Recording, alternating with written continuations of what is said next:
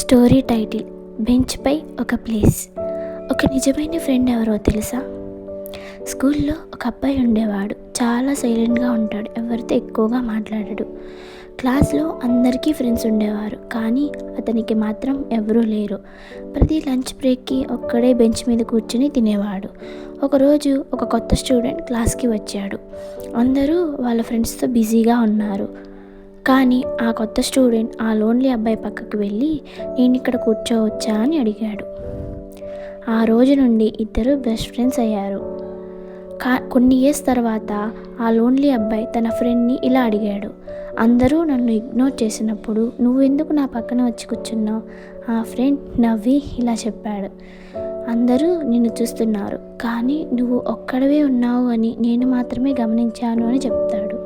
కొన్నిసార్లు మనుషులు పెద్ద పెద్ద హెల్ప్స్ చేయాల్సిన అవసరం లేదు, ఒక్కసారి పక్కన నిలబడితే చాలు. ప్రతి ఒక్కరూ ఒక ఫ్రెండ్ని కోరుకుంటారు, కానీ అందరికీ ఒక నిజమైన ఫ్రెండ్ దొరకడు. మీ లైఫ్లో కూడా మిమ్మల్ని సపోర్ట్ చేసే ఫ్రెండ్స్ ఉంటే లైక్ చేసి కామెంట్స్లో చెప్పండి. ఇలాంటి మరిన్ని హార్ట్ టచింగ్ స్టోరీస్ కోసం హార్ట్ టచ్ సిరీస్ని సబ్స్క్రైబ్ చేసుకోండి.